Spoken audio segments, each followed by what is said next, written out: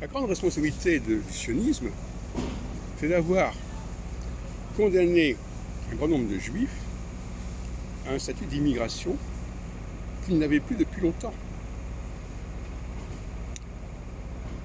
Ils se sont retrouvés, soit d'abord, parfois ça les a déstabilisés dans les pays où ils étaient installés, mais deuxièmement, ils se sont retrouvés en Palestine et déracinés d'une certaine manière.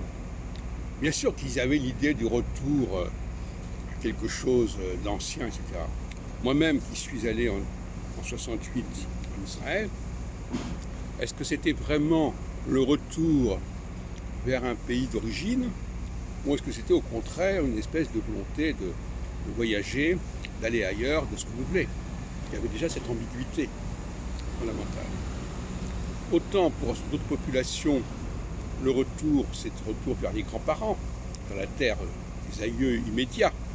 Alors qu'on ne nous parle pas des aïeux sur une ou deux générations, comme si c'était des aïeux sur 30 générations.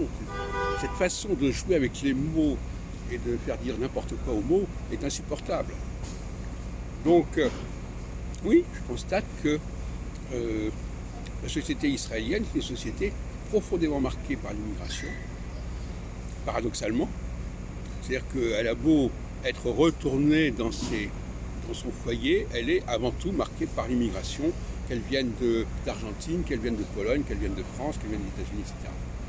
Et là, il y a une espèce de subterfuge intellectuel qui est assez malhonnête, à mon avis, et que j'ai dénoncé d'ailleurs très tôt, même si je n'en ai pas toujours suivi les implications. Et en vérité,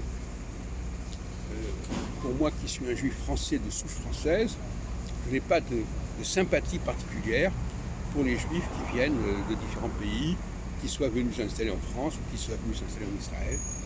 Je pense qu'ils auraient mieux fait de rester là où ils étaient, parce que le juif, pour moi, il joue son rôle précisément en milieu non juif.